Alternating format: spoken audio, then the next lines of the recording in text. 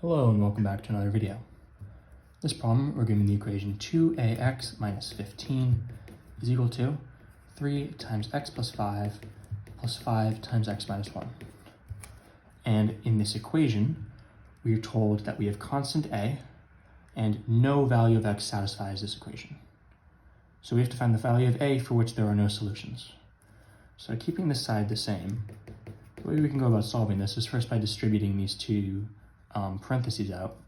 So you have 3 times x is 3x, plus 3 times 5 is 15, plus 5 times x is 5x, plus 5 minus 1, or plus 5 times negative 1 is minus 5.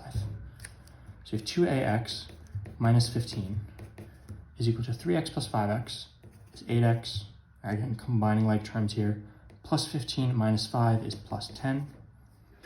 And now if we say, okay, we add 15 to both sides, then these cancel. If we subtract 8x from both sides, then these cancel.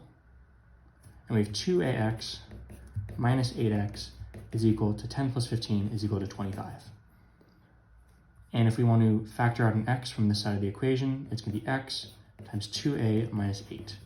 Or if you were to redistribute this, you'd have x times 2a gives you 2ax, minus 8 times x gives you negative 8x. This is equal to 25. And for this to have no solutions, for this to never be true, then this has to be equal to 0. 2a minus 8 has to be equal to 0. Why? Because if this is equal to 0, then you have x times 0 is equal to 25, 0 is equal to 25, and there's no x in the world that will make 0 equal to 25. So this has to be equal to 0. So what is the value of a in this situation? Well, let's get it alone. Add 8 to both sides.